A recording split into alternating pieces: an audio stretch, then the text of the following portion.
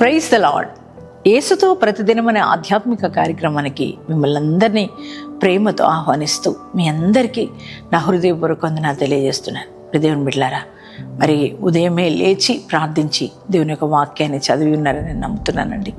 అంత మాత్రమే కాదు, ప్రతిదినం దేవుడు తన శ్రేష్టమైన వాగ్దానాల ద్వారా, వాక్కుల ద్వారా మనల్ని ఎంతగానో ఆత్మికంగా బలపరిచి మనల్ని ఎంతగానో ప్రోత్సాహపరుస్తున్నారు కదండి. మరి ఈ దినం కూడా దేవుడు శ్రేష్టమైన వాగ్దానం పరిశుద్ధాత్మదేవుడు మనకు అనుగ్రహించున్నారు. ఆ వాగ్దానం ఏమిటో చదువుకుందామా? మార్కు సువార్త 11వ అధ్యాయము 24వ వచనాన్ని చదువుకుందాం.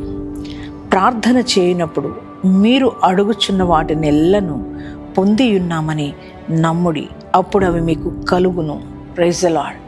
దేవుని బిడ్డలారా, ఎంత శ్రేష్టమైన మాట కదా. మన జీవితంలో ప్రార్థన చాలా శక్తివంతమైంది కదండి. ప్రార్థన ద్వారా పొందుకోలేని కార్యాలు ఏవీ లేవండి. ప్రార్థన ద్వారా మనం పొందుకోనివంటూ ఏవి ఉండవు. మనం ఏదైనా సాధించుకోగలుగుతాం. ప్రార్థన అంత శక్తివంతమైనది. కానీ ప్రార్థన చేసేటప్పుడు మనం ఏదైతే అడుగుతున్నామో అది మనము పొందుకున్నామని ఖచ్చితంగా మనం నమ్మాలి. ఏమాత్రం కూడా సందేహించకూడదు. చాలామంది మరి అనేక విషయాల కోసం మనం ప్రతిదినము ప్రార్థన చేస్తూ ఉంటాం కదండి.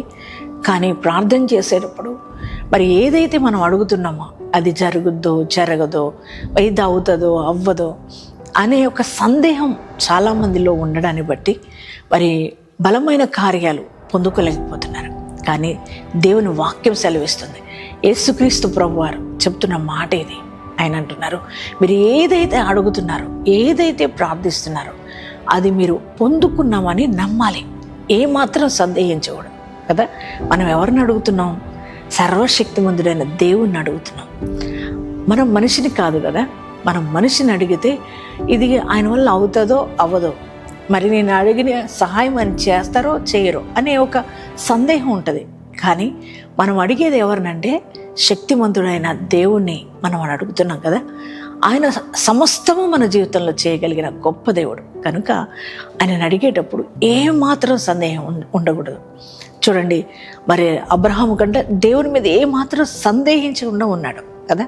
ఆయన పూర్తిగా నమ్మి ఆయన కార్యాల కోసం ఎదురు చూశాడు. అంత మాత్రమే కాదు, మరి హన్నా కూడా దేవుని మందిరానికి వచ్చి ప్రార్థించినప్పుడు నాకు కుమారుడు కావాలయ్యా అని దేవుణ్ణి అడిగినప్పుడు ఏలీ అంటాడు, అయ్యా అమ్మ, నువ్వు ఇశ్రాయేలు దేవునికి ఏదైతే ప్రార్థించావో అది నీకు దేవుడు దయచేయునుగా కన్నప్పుడు ఆ మాటను నమ్మింది.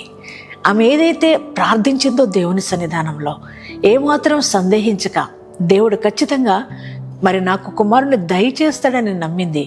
అందుకనే తన జీవితంలో చక్కని కుమారుని పొందుకుంది. తను ఏదైతే అడిగిందో అది పొందుకున్నామని నమ్మింది కనుక చక్కని కుమారుని పొందుకోగలిగింది. ప్రియ సహోదరి, సహోదరుడా, ఈ వాగ్దానం వింటున్న ప్రియ దేవుని బిడ్డలారా, ఏ విషయాల కోసం మీరు ప్రార్థిస్తున్నారు? ఆర్థికపరమైన విషయాల కొరక, వ్యాపారాల కొరకు, ఉద్యోగాల కొరకు, అలాగే బిడ్డల కొరకు, మరి గృహాల కొరకు, ఆత్మీయ జీవితం కొరకు, నీ భర్త రక్షణ కొరకు, నీ భార్య రక్షణ కొరకు, నీ బిడ్డల రక్షణ కొరకు, మరి ఏ విషయాల కోసం అయితే దేవుని సన్నిధానంలో మీరు ప్రార్థిస్తున్నారో మీరు సందేహించొద్దు. మీరు ఏదైతే దేవుణ్ణి అడుగుతున్నారో అది ఖచ్చితంగా మీరు పొందుకున్నారని మీరు నమ్మినప్పుడు దేవుడు అంటున్నాడు, మీరు ఏదైతే పొందుకున్నారు అని నమ్ముతారో అడిగిన ప్రతి ఈవి నేను మీకు అనుగ్రహిస్తానని దేవుడు వాగ్దానం ఇస్తున్నాడు. ఇప్పుడు దేవుని బిడ్డలారా, మనం అందుకే ఇన్ని రోజులు మన జీవితాల్లో, ఇన్ని రోజులు మీ జీవితాల్లో మరి ఈరోజు కార్యాలు జరగకపోవడం గల కారణం ఏంటంటే ప్రార్థిస్తున్నారు కానీ ఎక్కడో ఒక సందేహం కదా. అందుకనే మీ జీవితాల్లో కార్యాలు పొందుకోలేకపోతున్నారు. కానీ ఈ దినం నుంచి మీరు ఏదైతే ప్రార్థిస్తున్నారో అది దేవుని సన్నిధానంలో మీరు అడిగింది పొందుకున్నామని నమ్మితే దేవుడు ఖచ్చితంగా మీరు అడిగిన వాటిని మీకు అనుగ్రహిస్తానని దేవుడు వాగ్దానం ఇస్తున్నాడు.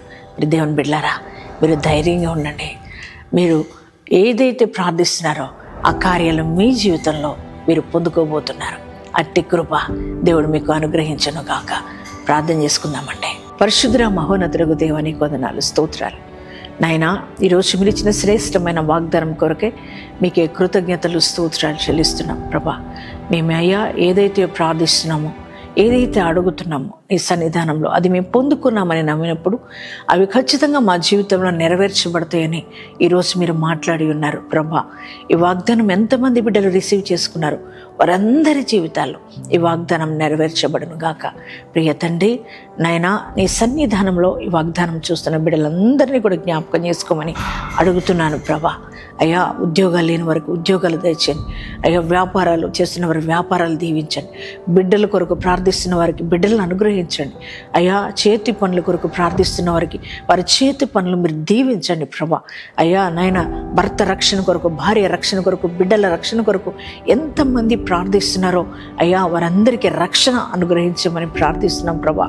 ఆత్మీయ జీవితంలో ఎదుగుదల కొరకు ఎంతమంది ప్రార్థిస్తున్నారో వారందరికీ నాయన వారి ఆధ్యాత్మిక జీవితాన్ని అయా నాయన ఆశీర్వదించండి, వృద్ధి పొందించమని ప్రార్థిస్తున్నాం ప్రభా.